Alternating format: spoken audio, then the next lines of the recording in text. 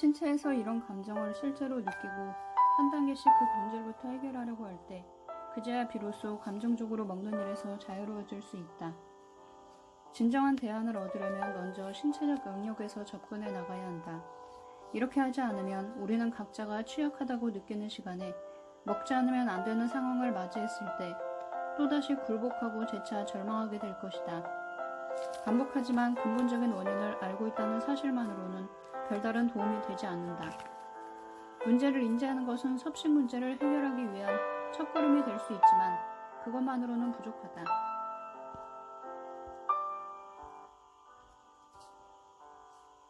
문제를 앞에 두고 먼저 우리 몸을 헤아려야 한다. 그래야 중요한 내면의 연관관계를 이해하고 또 경험할 수 있다. 이런 과정으로 접근할 때 섭식 문제를 지속적으로 해결할 수 있는 것이다. 여기서 어떤 감정 문제를 해결하려 할 때 마음을 다스리는 자가훈련 요법 같은 긴장 이완 기술 자체는 중요치 않음을 강조하고 싶다. 정반대다. 마음의 안정을 준다는 자가훈련 요법으로 상처와 아픔을 덮어버리는 훈련을 하다 보면 이를 곧 잊게 되고 마음의 안정을 찾을 것이라고 사람들은 말한다. 그러나 이런 방법은 매우 심각한 상처를 붕대로만 덮어두고 방치하는 격이다. 안 보이게 덮어놓았기 때문에 내면 깊은 곳에 있는 이 문제를 우리 몸이 실제로 인지하기가 힘들어지는 것이다. 붕대는 임시 방편으로 우리에게 편안한 감정을 줄 수 있을지 모른다. 하지만 본질을 바라봐야 하는 시선까지 가리고 만다는 것이 문제다. 먹는 즐거움은 끝이 없다. 섭식 문제를 해결하기 위해서는 무조건 먹는 것을 통제해야 한다고 사람들은 생각한다. 자신이 뭔가를 즐기고픈 충동이 밀려올 때 그걸 막아야 한다고 생각하는 사람들이 많은 것이다. 상담실을 찾아오는 사람들도 자신의 감정적 섭식에 대해 이렇게 말하는 경우가 적지 않았다. 저는요, 먹는 걸 아주 좋아해요.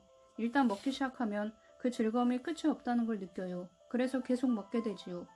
그런데 생각해보자. 우리가 뭔가를 좋아한다면 그 대상에 늘 집중하고 관심을 갖기 마련이다. 그런데 섭식 장애를 가진 거의 모든 사람들을 보면 관심을 늘 다른 곳으로 돌리려 하는 것을 알 수 있다. TV를 켜놓거나 라디오를 틀어놓기도 하고 책을 읽거나 컴퓨터 앞에 앉아서 다른 작업을 하거나 누군가와 중요하지도 않은 대화를 나누기도 한다. 이들은 정작 식사를 하는 곳에는 주의를 기울이지 않는다. 게다가 감정적 섭식을 하는 이들 대부분은 식사를 매우 빨리 하는 성향을 보인다. 잘 씹지도 않고 허겁지겁 음식을 삼키는 것이다. 여기에 무슨 즐거움이 있겠는가? 누군가를 또는 뭔가를 진정으로 사랑한다면 한계 상황에 왔을 때 그 대상을 놓아줄 수도 있고 멈출 수도 있어야 한다. 사랑의 한계를 넘을 만큼 지나침은 필요 없다. 그러나 어떤 이들은 이미 한계에 도달했음에도 음식을 계속 먹지 않고는 견딜 수가 없는 상황에 자신을 가둬놓는다. 이들에게 음식은 더 이상 좋아하는 대상이 아니다. 다만 의존 대상이다. 즐거움을 주는 향유수단이 이미 오래전에 중독수단으로 바뀐 것이다. 그렇다면 우리는 왜 배가 부른데도 계속 먹는 것일까? 감정적 섭식을 할 때 우리가 좋아하는 것은 음식 자체가 아니다. 우리가 좋아하는 것은 먹는 그 순간에 음식이 우리에게 가져다주는 감정적 효과다. 우리는 그 감정적 효과를 얻기 위해 배가 부른데도 불구하고 계속 음식을 넘기는 것이다. 이제는 지나간 일이 됐지만 과거에 퇴근해서 집에 오면 내 걸음은 가장 먼저 냉장고를 향하곤 했다. 이때 배가 고픈가 아닌가는 전혀 문제가 되지 않았다. 재킷이나 코트를 벗지도 않은 채 냉장고 앞에 서서 뭔가를 마구 먹고 있는 내 모습을 발견하는 것은 드문 일이 아니었다. 퇴근길에 차 안에서 난 이미 잘 알고 있었다. 집에 도착하면 어떤 일이 벌어질지를. 그리하여 나는 힘주어 다짐하곤 했다. 오늘은 절대 먹지 않을 거야. 오늘은 달라. 현관으로 향하는 계단에서도 내 이성의 알람 시스템은 이런 경보를 울렸다. 먹지 말고 놔둬. 안 그러면 금방 후회할 거야. 하지만 현관문을 열고 들어서는 순간 나는 냉장고 안에 있는 온갖 음식들이 나를 향해 크게 외치는 소리를 듣곤 했다. 어서 주방으로 와서 먹는 일을 시작하라고 말이다. 그것은 사실 내 내면에서 외치는 목소리였다. 지금 와서 생각해봐도 당시 내가 먹는 즐거움을 누렸다고는 말할 수 없다. 그때 난 뭐든 지나치게 빨리 먹어치웠다. 폭식하는 나 자신의 모습을 가능하면 빨리 숨기고 싶다는 게 이유였다. 나 자신이 너무도 부끄럽고 창피했기 때문이다. 또한 내 안에 도사리고 있는 내면의 불안이 될 수 있는 대로 빨리 먹어치우라고 나를 닥달했기 때문이다. 이렇게 급하게 먹어치우는 행위로 인해 기분이 조금이나마 좋아질 때도 있었다. 먹는 순간만큼은 마음이 다소 편안해지는 효과를 느끼기도 했다. 예컨대 무척 피곤한데도 할 일이 산더미처럼 쌓여 있을 때 퇴근 후 집에 와서 음식을 먹는 행위는 중압감과 불안을 완화시켜 주었다. 최소한 나 자신이 또다시 규율을 지키지 못했다는 생각으로 처참하게 죄책감을 느끼기 전까지는 말이다. 이런 죄책감은 스스로를 한심해 보이게 만들었다. 이것은 또 다른 의미에서 나를 힘들게 했다. 나도 한때 먹는 걸로 마음의 안정을 찾으려 했다. 또한 업무로 인한 몸의 피로와 스트레스를 음식으로 채우려 했다. 하지만 내가 필요로 했던 건 음식이 아니었다. 그에 상응하는 효과가 필요했던 것이다. 셀프 테스트 1. 폭식증 자가 진단. 나는 얼마나 많이 먹을까요? 다음 질문은 여러분의 평소 식습관에 대한 내용들로 구성되어 있습니다. 요즘, 오늘을 포함하여 최근 일주일 동안 본인을 가장 잘 나타낸다고 생각되는 답을 고르세요. 1. 나의 식사 패턴에 만족한다. 1. 그렇다. 2. 대체로 그렇다. 3. 약간 그렇지 않다. 4. 그렇지 않다. 5. 전혀 그렇지 않다. 2. 스스로 폭식한다고 할 수 있다. 1. 절대적으로 그렇다. 2. 그렇다. 3. 아마 그럴 거다. 4. 그렇게 볼 수도 있다. 5. 아마 그렇지 않을 거다. 3. 식사량을 스스로 조절할 수 있다. 1. 거의 항상 그렇다. 2. 꽤 그렇다. 3. 가끔 그렇다. 4. 거의 그렇지 않다. 5. 아마도 그렇지 않을 거다. 4. 내 체형과 신체 치수에 대해 만족한다. 1. 항상 그렇다. 2. 가끔 그렇다. 3. 이따금씩 그럴 때도 있다. 4. 거의 그렇지 않다. 5. 전혀 그렇지 않다. 5. 내 식사 행동을 통제할 수 없다고 느낄 때 궤도를 회복하기 위해 단기에 다이어트를 하거나 설사약 혹은 변비약을 복용하거나 손가락을 입에 넣어 구토를 하기도 하고 과도한 운동을 한다. 1. 항상 그렇다. 2. 대체로 그런 편이다. 3. 자주 그렇다. 4. 가끔 그렇다.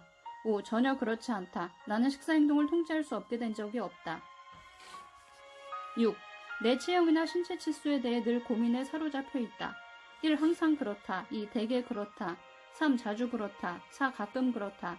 5. 거의 혹은 전혀 그렇지 않다. 7. 너무 많은 음식을 급하게 먹는 때가 있다. 1. 일주일에 2회 이상. 2. 일주일에 2회. 3. 한 달에 2회 내지 3회. 4. 한 달에 1회 혹은 없음. 8. 일정 기간 동안 폭식. 한동안 다이어트나 절식을 하다가 갑자기 자신을 통제할 수 없을 만큼 마구 먹어대는 행동을 해왔다. 1. 전혀 하지 않는다. 2. 3개월 이하. 3. 3개월에서 1년 동안. 4. 1년에서 3년 동안. 5. 3년 동안. 9. 나를 아는 사람들이 내가 한 번에 얼마나 많이 먹는지를 알면 놀랄 것이다. 1. 확실히 그럴 것이다. 2. 거의 그럴 것이다. 3. 아마도 그럴 것이다. 4. 그럴 수도 있다. 5. 그렇지 않다. 10. 또래 여자들과 비교해 체중과 체형에 집착하는 것 같다. 1. 평균보다 훨씬 더 많이. 2. 평균보다 더 많이. 3. 평균 이상. 4. 평균 이하. 5. 평균보다 더 적게. 11. 먹기 시작하면 멈출 수 없을 거라는 두려움 때문에 어떤 것도 먹기가 겁이 난다. 1. 항상 그렇다. 2. 대체로 그렇다. 3. 자주 그렇다.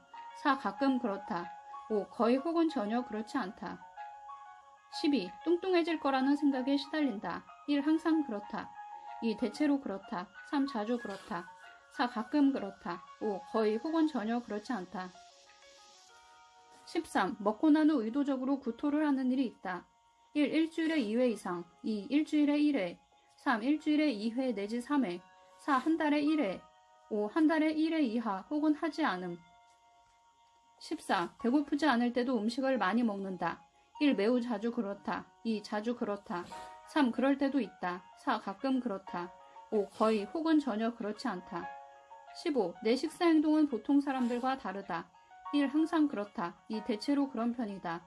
3. 자주 그렇다. 4. 가끔 그렇다. 5. 거의 혹은 전혀 그렇지 않다. 16. 폭식을 한 직후 살이 찌지 않기 위해서 과도한 운동을 하거나 단기의 다이어트, 단식, 이뇨제, 설사약이나 변비약을 먹는 등의 방법을 쓴다. 1. 전혀 하지 않는다. 폭식을 하지 않는다. 2. 거의 하지 않는다. 3. 할 때도 있다. 4. 자주 한다. 5. 거의 항상 한다.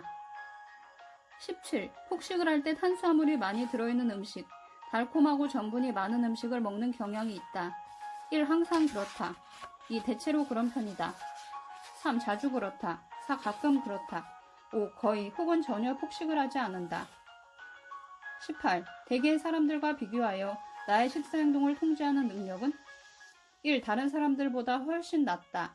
2. 비슷하다. 3. 다른 사람보다 못하다. 4. 훨씬 못하다. 5. 통제할 만한 능력이 전혀 없다. 19. 스스로 충동적으로 먹는 사람이라 할 수 있다. 1. 확실히 그렇다. 2. 그렇다. 3. 그런 편이다. 4. 그렇게 볼 수도 있을 것이다. 5. 그렇지 않다. 20. 너무 많이 먹은 후에 내 모습을 보는 것이 싫다. 1. 거의 혹은 전혀 그렇지 않다. 2. 가끔 그렇다. 3. 자주 그렇다. 4. 거의 항상 그렇다. 5. 항상 그렇다.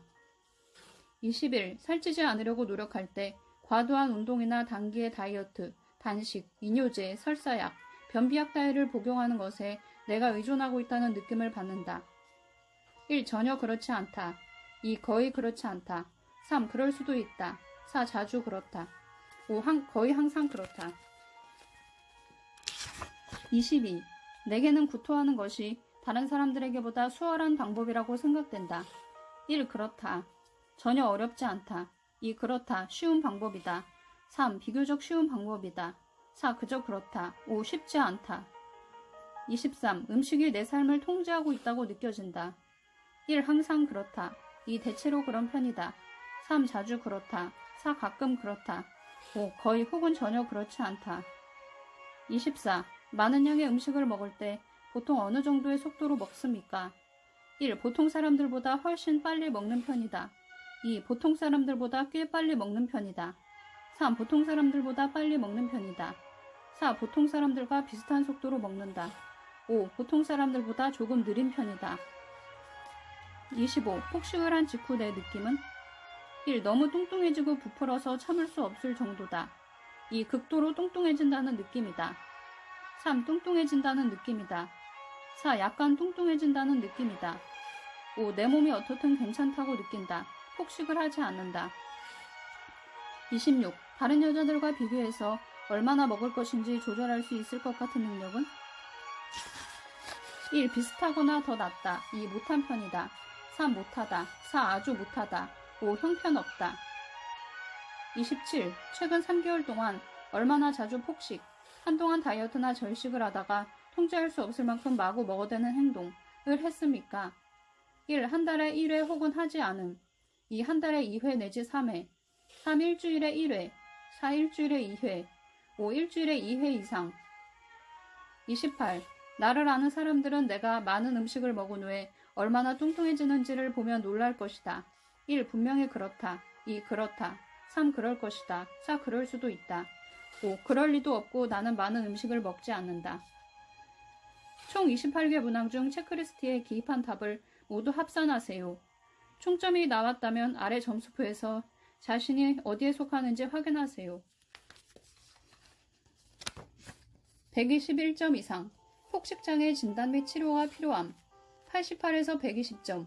폭식 행동의 경향성이 있음.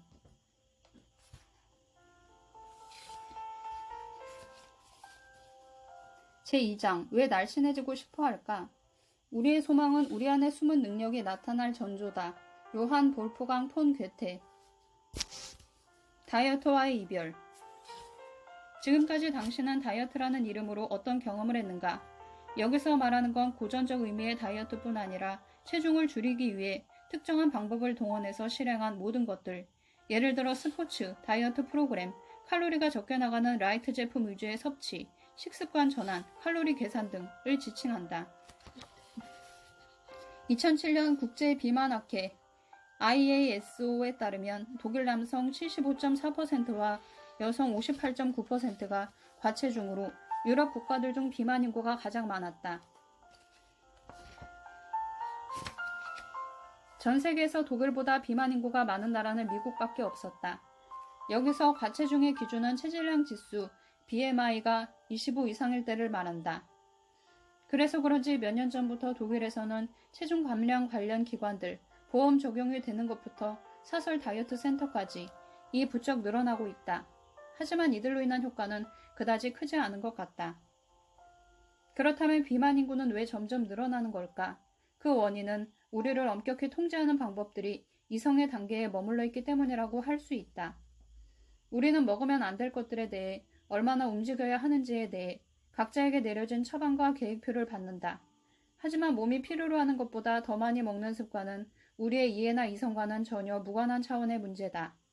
우리 머리는 너무나 잘 알고 있다. 샐러드가 초콜릿보다 몸에 더 좋으며 이 땅콩 한 봉지를 다 먹고 나면 느낌이 그리 좋지 않으리란 걸 말이다. 하지만 결정적인 순간이 오면 이런 사실을 다 알고 있음에도 우리는 결국 먹고 만다. 이처럼 감정과 이성은 같은 층에 살지 않는다.